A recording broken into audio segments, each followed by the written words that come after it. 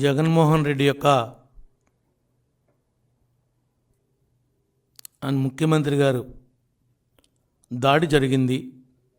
ఇది పక్కా కుట్రతో జరిగినటువంటి దాడి అని చెప్పి సజ్జల గారు మాట్లాడుతూ ఉన్నాడు. పదే పదే అదే విషయాల్ని ప్రచారం చేస్తూ ఉన్నారు. మీరు ఈ రాష్ట్రానికి ముఖ్యమంత్రిగా ఉండి మీరు బస్సు యాత్ర చేస్తుంటే వేలాది మంది పోలీసుల్ని మీరు డ్రా చేసి సబ్ డివిజన్లు ఖాళీ చేసి తీసుకుని వచ్చి బందోబస్తు పెట్టారు. పోలీస్ అంతా ఏమైంది? ముఖ్యంగా నిఘా వ్యవస్థ నీరు గారిపోయిందా? మీకు కాన్ రాలేదా? ఎందుకుని గాయపరిచినటువంటి వ్యక్తిని అదుపులోకి తీసుకోలేకపోయారు? రాళ్ల దాడితో గాయమైతే ఆ యొక్క రాయి ఎక్కడుంది? ఇప్పుడు ఎవరు చూశారు ఆ రాయిని? దాన్ని ఎక్కడ పెట్టారు? ఈ విషయాలన్నింటినీ కూడా స్పష్టం చేయాల్సినటువంటి అవసరం, రాష్ట్ర ప్రజానీకానికి తెలియపరచాల్సినటువంటి అవసరం మీ మీద ఉంది. తక్షణమే భద్రత వైఫల్యం కింద డీజీ గారిని, సిపిని, ఇంటెలిజెన్స్ డీజీని కూడా ఎలక్షన్ కమిషన్ చర్యలు తీసుకుని ముఖ్యమంత్రినే కాపాడలేనటువంటి, ప్రచారంలో కాపాడలేనటువంటి వ్యక్తులు మరి రాజ్యాంగంలో ఉన్నటువంటి ఆ పదవుల్లో నిర్వహించడానికి అనర్హులుగా భావించి తక్షణమే వీళ్ళు విధుల నుంచి తొలగించాలని చెప్పి తెలుగుదేశం పార్టీ తరఫున మేము డిమాండ్ చేస్తూ ఉన్నాం. నిజంగా ముఖ్యమంత్రి గారికి గాయం తగిలుంటే మాకు కూడా గాయం తగిలినట్టుగానే మేము భావిస్తాం. వాళ్ళలాగా ఏదో గాయం తగిలింది డ్రామాలు వేస్తున్నారని మేము చెప్పం. కానీ ఎందుకు చెప్పాల్సి వస్తుంది అంటే అప్పుడు సాక్షి లైవ్ ఎందుకు ఆగిపోయింది? ఎందుకు ఈ విషయం మీద మీరు స్పష్టంగా చెప్పలేకపోతున్నారు? రాయి ఎటు నుంచి, ఏ వైపు నుంచి వచ్చింది? ఏదంటే బిల్డింగుల మీద నుంచి వేశారా, కింద నుంచి వేశారా? ఆ రాయి ఎక్కడి నుంచి మొదలై ఎక్కడి దాకా వెళ్ళి తగిలిందో కూడా మీరు స్పష్టంగా చూపించాల్సినటువంటి అవసరం ఉంది.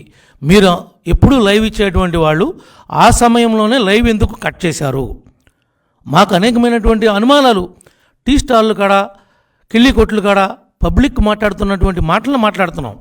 మేమేమి గాయం ఎవరు చేశారు, ఎవరి పాత్ర ఉంది, ఏం జరిగిందని మేము అంటులా. కానీ మీరు చేతగాక ఆడటం అనేది మీకు చేతకానని మీకు అర్థమైపోయింది. దీన్ని ఏదో రకంగా సింపతి కోసమే మీరు ఈ డ్రామా ఆడుతున్నారా అనేటువంటి అనుమానం పబ్లిక్లో వస్తూ ఉంది అని చెప్పి ఈ సందర్భంగా మీ దృష్టికి తీసుకొస్తా ఉన్నా. ఇది మా యొక్క వ్యక్తిగతం కాదు. కానీ మీరేమంటున్నారు? దీనికి ప్రధానమైనటువంటి పాత్ర తెలుగుదేశం పార్టీ చేసినటువంటి కుట్ర, ఇది కోల్డ్ బ్లడెడ్ అనేటువంటి పదాలను ఉపయోగిస్తున్నారు. మీరు ఈ పదాల యొక్క ఉపయోగించడంలో ఉద్దేశం ఎవరో ఒకరిని, అంటే నా మీద 41 కేసులు పెట్టారు, నాలాంటి బకరాగాన్ని ఎవనోకుండా చూసి వీడే రాళ్ళు వేయించాడని ఎక్కడో చాట నేను కాకపోతే నా పార్టీ వాళ్ళని ఎవరో ఒకరిని దీంట్లో బలిపశువుని చేద్దామనేటువంటి ఆలోచన కూడా మీకుందనేది మాకు స్పష్టమవుతూ ఉంది. అంటే సంఘటన జరిగి ఇన్ని గంటలైతే కూడా ఎందుకు మీరు ఎవరిని కస్టడీలోకి తీసుకుని మీరు ఎందుకు పట్టుకోలేకపోయారు? ఎవడు రాయేపించినోడు? మీరేపించినోడా, లేదంటే మీరు ఆడినటువంటి డ్రామాలో భాగమా? ఇంకొక వెర్షన్ ఏమంటున్నారు? గాయమైన తర్వాత 3 గంటల వరకు ఎందుకు హాస్పిటల్కి వెళ్ళలేదు? 3 గంటల తర్వాత సమయం ఎందుకు తీసుకున్నారు? అసలు గాయం దండేస్తుంటే బైండింగ్ వైర్ తీసుకుంటే గాయమైందని చెప్పి ఒక వెర్షన్ ఉంది. ఇది ఏది నిజం? ఈ ఎల్లంపల్లికి తగిలిన దెబ్బ కూడా ఈ బైండింగ్ వైర్ తీసుకుంటే ఆ కోపం మీద జగన్మోహన్ రెడ్డి గారే మోక చేత్తో గుద్దితే ఆ దెబ్బ తగిలిందని కూడా కొన్ని వర్గాలు మాట్లాడుతూ ఉన్నాయి. వీటిలన్నిటికీ కూడా ఆన్సర్ చేయాల్సింది స్పష్టంగా ముఖ్యమంత్రి గారే ఆన్సర్ చేయాలి. ఆయన సమాధానం చెప్పాలి ఈ రాష్ట్ర ప్రజానికి. నేను శుభ్రంగా ఉన్నాను, నేను సేఫ్గా ఉన్నాను, కానీ నాకు ఈ విధమైనటువంటి గాయం తగిలింది, ఈ విధంగా తగిలింది అని నేను భావిస్తున్నానని చెప్పి ఆయన మాట్లాడాలి కదా. ఆయన మాట్లాడలేని పరిస్థితుల్లో ఏం లేడు కదా. అది చిన్న గాయమైనప్పుడే నిజంగానే రాయి దెబ్బ తగిలితే అక్కడ సెల్లింగ్ రావాలి, అక్కడ బొప్పు కట్టాలి. ఊరిని గీతే తగులుతుందా? బ్లేడ్ గాయంలాగా, కోడికత్తి డ్రామాలాగా ఉంది. కోడికత్తి డ్రామా ఏ రకంగా గీత ఉందో ఇది కూడా అలాంటి గీతే ఉంది. రాయి దెబ్బ తగిలితే ఆ విధంగా ఉంటుందా? 3 విధాలుగా గీసుకుపోయినట్టుగా ఉంది. అది 3 ముఖాలుగా ఉంది. ఆ గాయం ఎట్లా తగిలిందో ముఖ్యమంత్రి గారు స్పష్టం చేయాలి. స్క్రీన్ ప్లే డైరెక్షన్ లాగా సజ్జలు మాట్లాడతాం కాదు. నీవు ఇంకా మాట్లాడే రోజులు దగ్గర పడి నీకు ఇంకా నువ్వు త్వరలోనే నీ నోరు మూటరుద్దని కూడా ఈ సందర్భంగా తెలియజేస్తా ఉన్నాం. ఇదంతా తెలుగుదేశం వాళ్ళే చేశారు. వాళ్ళకే రాజకీయంగా జగన్మోహన్ రెడ్డి తిరుగుతుంటే ఈ వచ్చే జనాన్ని చూసి మేము భయపడిపోతున్నాం. నువ్వు భయపడిపోయి నువ్వు గీసుకుని నువ్వు కొట్టించుకుని నీ డైరెక్షన్తో ఇదంతా ప్రీ ప్లానెడ్గా మీరు చేశారని ప్రజలు అంటున్నారు. మీరు డ్రామాలు ఆడుతున్నారు, దీన్ని రక్తి కట్టించడానికి ప్రయత్నం చేస్తున్నారు, ఈ విధంగా కూడా సింపతి సంపాదిస్తారు అని మీ యొక్క ఆలోచన అని చెప్పి పబ్లిక్ అనుకుంటున్నారని విషయాన్ని మీ ద్వారా మరి వైఎస్ఆర్ నాయకులకు కూడా చెప్తున్నా. ఈయనేం చెప్పాడో వాళ్ళ మంత్రులు కానీ వాళ్ళ ఎమ్మెల్యేలు కానీ వాళ్ళ వంది మాగదలందరూ కూడా ఇదే పాఠాన్ని తిప్పి తిప్పి చెబుతున్నారు. అంతే తప్ప ఆయనైతే మాత్రం నోరు పుట్టలేదు. అక్కడ ఉన్నటువంటి పరిస్థితుల్లో ఈ తగిలినటువంటి గాయం రాయి దెబ్బని మేమెవరూ నమ్మటం లేదు. ఎక్కడా కూడా స్పష్టంగా ఆ విజువల్స్ అనేది ఏ టీవీ వాడు వేయలేకపోతున్నాడు. ఏదో పెట్లెగురుతున్నట్లుగా ఏదో గాల్లో కనపడినట్లుగా వెళ్తూ ఉంది. దానికి ఏదైనా వెళుతుంటే రాయి ఎక్కడ మొదలైందో అది ఎలా ట్రావెల్ అవుతుందో దానికంతా వృత్తాకారం గీసి రెడ్ మార్కింగ్ వేసి యారో గుర్తేసి చూపించేటువంటి టీవీలోళ్ళు మీకు ఎగిటివ్ రావట్లేదా లేకపోతే చూపించడం రావట్లేదా మర్చిపోయారా అని అడుగుతున్నా. అవన్నీ బయట పెట్టాలి కదా. మీ దగ్గర నిజమైనటువంటి వాస్తవాలే ఉంటే దీని మీద రాష్ట్ర ప్రజలందరూ కూడా దీన్ని ఒక డ్రామాగా భావిస్తున్నారని చెప్పి కూడా ఈ సందర్భంగా తెలియజేస్తా ఉన్నాం.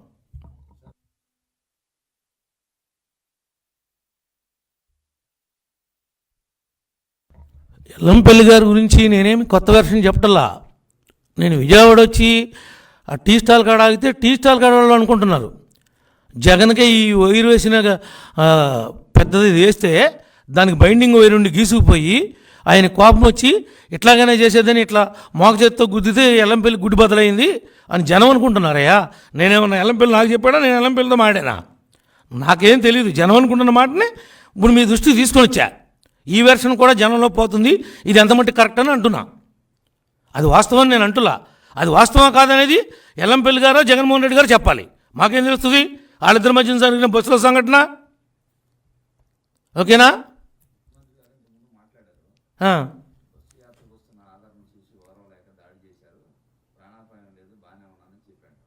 అసలు ప్రాణాపాయం ఉండటానికి ఏం జరిగిందని ప్రాణాపాయం ఉంటుంది?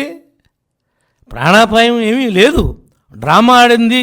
ఆ డ్రామాను రక్తి కట్టించడానికి, ప్రజల్లో సింపతిని క్రియేట్ చేయడానికి వాళ్ళ బాబాయిని చంపే ఒక డ్రామా ఆడాడు. వాళ్ళ సొంత బాబాయిని వాళ్ళ చెల్లి ఎలా గీపెడుతుందో చూస్తున్నాం కదా మనం. ఎలా గీపెడుతుందో పాపం. సొంత సోదరి చిన్నాయన కొడుకు కూతురు అయితే ఏంటి, వాళ్ళ తోడబుట్టింది అయితే ఏంటి, చెల్లే కదా. ఆమె రోదనే ఆయన చెవులకి ఎక్కటల్లా. ఇంకెవరు దెక్కుద్దు ఆయనకి? అవన్నీ ఉత్తి మాటలు. ఈరోజు విజయమ్మ గారు కూడా మరి కొడుకుతో పాటు మరి ఈ రోజున తిరగాల్సినటువంటి ఆమె అమెరికా వెళ్ళిపోయిందని అంటున్నారు. మనకైతే తెలియదు. కానీ మరి ఆమె కూడా ఆడ బాబాయ్ లాంటి విషయాలు ఏదైనా జరిగి భూమి మీద ప్రాణం లేకుండా పోతామో భయంతో వెళ్ళిపోయిందా, ఎందుకు వెళ్ళిపోయింది అనేది కూడా ఒక అనుమానం. ఎందుకంటే కొడుకు అధికారం కోసం అంత తాపత్రపడుతూ ఉంటే ఈమె ఇప్పుడు సడన్గా అమెరికా వెళ్ళేంత అవసరం ఏమొచ్చిందనేది కూడా జనం అనుకుంటా ఉన్నారు. జనం అనుకునే మాటలే మీకు చెప్తున్నా. ఇవన్నీ కూడా డ్రామాలు. సొంత బాబాయిని చంపినోడిని ఇప్పుడు అరెస్ట్ చేపిలా. ఈ పోలీసు వ్యవస్థకి పవర్ లేదు. ఎందుకంటే లా అండ్ ఆర్డర్ ప్రాబ్లం వస్తుందని చెప్పి కర్నూలులో హాస్పిటల్లో పెట్టి ఏ రకమైనటువంటి డ్రామాలు ఆడారో మనందరం చూసాం. ఇప్పుడు భాస్కర్ రెడ్డిని బయటికి వెళ్ళమంటే నాకెందుకు, నేను బయటికి రానంటున్నానంట. అంటే భాస్కర్ రెడ్డిని కూడా దీనిలో కార్యక్రమంగా చంపేసి పాడేస్తారేమో అనేటువంటి భయం భాస్కర్ రెడ్డి కూడా ఉంది అనేది అనుమానం కలుగుతూ ఉంది. ఈ రోజున రేపు జరగరాని జరిగి ఎవరన్నా పోయినా వీళ్ళ యొక్క రాజకీయం కోసం మనం ఏం ఆశ్చర్యపడక్కర్లా. వాళ్ళకి చంపటం అనేది వాళ్ళకి వెన్నతో పెట్టినటువంటి విద్య. ఒకళ్ళ కాదు, ఈ రాష్ట్రంలో ఎన్ని కుటుంబాలు వాళ్ళ యొక్క అధికార దాహానికి బలైపోయారో మనందరం కూడా చూస్తూ ఉన్నాం. నా మట్టుకు నా మీద 41 కేసులు ఏ తప్పు చేయకోకుండా పెట్టాడు. గాయం అంటే అది. నేను, నా కుటుంబం, నా అభిమానులు, నా పార్టీ వాళ్ళు పడింది, నాకు తగిలింది గాయం. నాకు పడింది గాయం.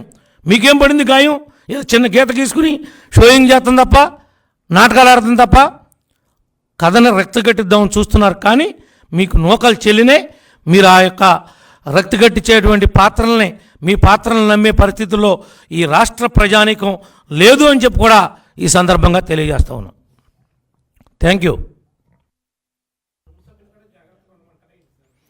100% వాళ్ళ కుటుంబ సభ్యులు కూడా జాగ్రత్తగా ఉండాల్సినటువంటి అవసరం ఉంది. ఎందుకనంటే వాళ్ళే నమ్మలేనటువంటి అభద్రతాభావంలోకి వెళ్ళిపోయారు. లేకపోతే విజయం గారు ఎందుకు వెళ్ళిపోద్ది? రేపు పొద్దున ఏమైనా జరగచ్చు. వీళ్ళ సింపతి కోసం వీళ్ళే చంపించేసి చంద్రబాబు గారు చంపించారని చెప్తారు. రాయి తగిలితే చంద్రబాబు గారు, వీళ్ళ ఇంట్లో కుక్క ఏం లేకుండా, కుక్క ప్రెగ్నెంట్ అయ్యి ఉండి అది వేలు లేకుండా అడ్డం పడిపోతే కూడా దీనిలో చంద్రబాబు గారు కుట్ర ఉందంటారు. అంత దిగజారినటువంటి రాజకీయాల్ని తయారు చేసినటువంటి వ్యక్తి ఈ జగన్మోహన్ రెడ్డి గారు. సజ్జల డైరెక్షను, ఈయన నటన, ఆహా నటీనటులు ఏ విధంగా ఉన్నారా! ఇంకెన్నాళ్ళో లేదు వీళ్ళకి, కాలం చెల్లింది, అతి దగ్గరలో ఉన్నాయి అధికారం దూరం కావటానికి.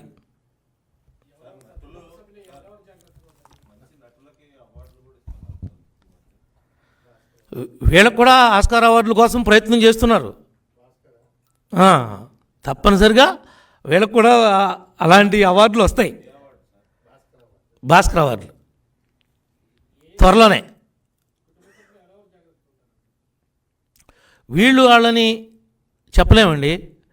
ప్రతి ఒక్కరూ కుటుంబ సభ్యులు అవ్వచ్చు, లీడర్లు అవ్వచ్చు, ప్రతి ఒక్కరు కూడా వాళ్ళ ప్రాణాలని వాళ్ళు కాపాడుకోకపోతే ఈ జగన్మోహన్ రెడ్డి యొక్క అధికారం కోసం ఎవరైనా బలవచ్చు. ఎవరైతే పోతే సింపతి వస్తుందని భావిస్తారో, అనుమానం రాకుండా ఉంటుందో వాళ్ళు లేచిపోతారు. సొంత బాబాయే లేచిపోయినప్పుడు ఇంకెవరు లేచిపోతాడని అడుగుతారేంటండి అమాయకంగా? సొంత బాబాయే లేచిపోయాడు వీళ్ళ రాజకీయ దాహం కోసం. దాంట్లో ఏం నో డౌట్. ఇప్పుడు మన సునీతమ్మ గారిని, షర్మిలమ్మని మనం చెప్పమంటే చెప్తున్నారా? నిన్ను భుజాన మీద ఎత్తుకుని తిప్పారాళ్ళు. నువ్వు జైల్లో ఉంటే 16 నెలలు నీ పార్టీని నడిపింది ఆమె, పాదయాత్ర చేసి.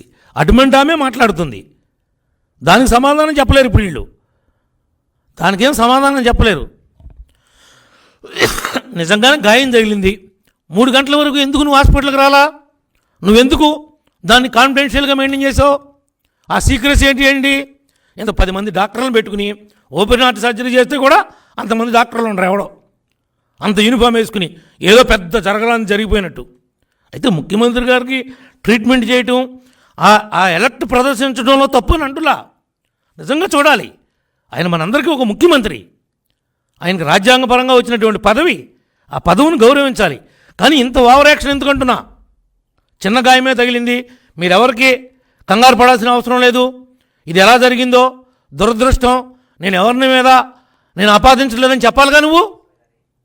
నీకు ఏ రకమైనటువంటి దుర్బుద్ధి లేకపోతే మా మీద ఎందుకు పడేడుతున్నారు? మా పార్టీయే దొరికిందా మీకు? ఎవడో గాలిలో రాయేసాడు అనుకోవచ్చుగా, అసలు వేస్తే కదా.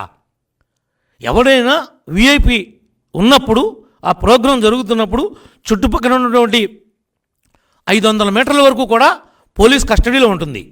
కంప్లీట్గా బిల్డింగ్ పైన కూడా, ప్రతి బిల్డింగ్ పైన ఒక కానిస్టేబుల్ పెడతారు. వీళ్ళంతా ఏమయ్యారు? డీజీ వైఫల్యం కాదా? నిజంగా రాయి గాయమే అయి ఉంటే, ఇది నిజంగా రాయితో కానీ వేరే దాంతో కానీ గాయమే అయి ఉంటే డీజీ తప్పకుండా విధుల నుంచి తప్పుకోవాలి. ఇంటెలిజెన్స్ వ్యవస్థ ఫెయిల్ అయింది, వాళ్ళు తప్పుకోవాలి. ఎలక్షన్ కమిషను వెంటనే వాళ్ళ మీద చర్య చేపట్టాలి. మళ్ళీ వేరే వాళ్ళని అపాయింట్ చేసి దీని మీద 6 బృందాలని సిట్లు వేసామని సిపి చెప్తున్నాడు కదా. 6 కాకపోతే 10 ముద్దా ఏమన్నా పట్టుకురా, ఎగ్జామిన్ చేయి, నువ్వు వేసిన రాయిని సీజ్ చేయి. ఏమీ లేకోకుండా ఊరికినే డ్రామాలు వేస్తా. కోడికత్తి ఎంత పొద్దునగా ఉంటుంది? ఎంత పొద్దునగా ఉంటుంది నీకేమో తెలుసా కోడికత్తి గురించి? సజ్జలా చెప్తున్నావు కౌరులు. అది ఉండేది అంగుళం, మహా ఉంటే అంగుళున్నారా. దాని వెడల్పు ఎంత నీకేమో తెలుసా? కోడికత్తి ఎట్లా ఉంటుందో ఆంధ్రప్రదేశ్లో? ఊరికినే కౌరులు చెప్పి మబ్బి పెట్టి మాటలు చెప్పి తప్పించుకుంటాం కాదు. ఆడెవడో గీశాడని చెప్పి 5 ఏళ్ళు యాగి చేశారు మమ్మల్ని. నిన్నగాక మొన్న కానీ పాపం వాడు బయటికి రాలా. ఏదో తెలుసో తెలియకో నీకు సింపతి రావడం కోసం, నువ్వు ముఖ్యమంత్రి కావడం కోసం మ్యాచ్ ఫిక్సింగో ఏంటో మాకు తెలియదు. ఆడు గీసిన మాట నిజమని తేలింది, జైల్లో పెట్టారు. నిన్నటిదాకా బయటికి రాకుండా చేసింది మీరు కదా.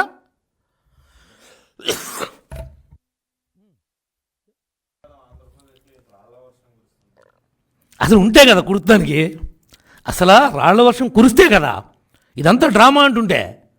ఇది పెద్ద డ్రామా. డ్రామా కాకపోతే ముఖ్యమంత్రి గారి మీద రాయి పడింది. ఆ రాయి వెళ్ళంట ఈయన తగిలింది కాకుండా పక్కన వచ్చి ఎల్లంపల్లి గుడ్డి కూడా పగిలిపోయిందంట. అమ్మ సజ్జలు చెప్పాలయ్యా, ఏం చెప్పినా ఏది చెప్పినా నమ్మారు కదా అని 5 ఏళ్ళు జనం ఇంత చెవిలో పూలు పెడతారా మీరు చెప్పండి. రాయి నిజంగానే తగిలింది ముఖ్యమంత్రి గారికి. ఆ రాయి వచ్చి పక్కన వెల్లంపల్లి తగిలి ఎల్లంపల్లి గుడి పగిలిపోయింది అంటే అంత పోరు సెట్ అవుతుంది. మళ్ళీ తగిలింది ఇక్కడ, అక్కడి నుంచి ఇలా కింద పడుతుందా, మళ్ళీ పక్కకి డైరెక్షన్ మారుద్దా? మారిందే అనుకుందాం, గుడ్డు పగిలిపోద్దా?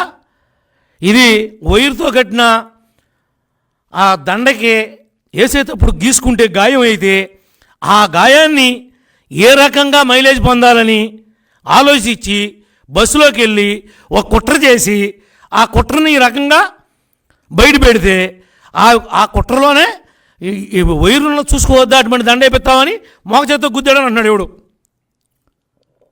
ఎక్కడ టీ స్టాల్ కాడ ఆ మోగ చేత్తో గుద్దితేనే గనుగుడ్డుకు దెబ్బ తగిలింది, జగన్ గుద్దుడే అంటున్నారు. అది జగనో ఎల్లంపల్లిలో చెప్పాలి, లేదా బస్సులో ఉన్నాడు ఎవడని చెప్పాలి. మనకి తెలియదు కదా ఎవరు కొడితే ఎవడ గాయం అయిందో. ఇది రాయి దెబ్బో ఎయిర్ గన్ దెబ్బో అనేది కూడా వాళ్ళే బయట పెట్టాలి వాస్తవాల్ని. అసలు ముఖ్యమంత్రి గారి మీద బస్సులో ఉండగా రాయి తగిలింది. ఆ రాయి బస్సులోనే పడద్దుగా, పని బస్సు పక్కన పడద్దుగా, ఇదిగో ఈ రాయి తగిలిందని తీసుకొచ్చి చూపించాలిగా.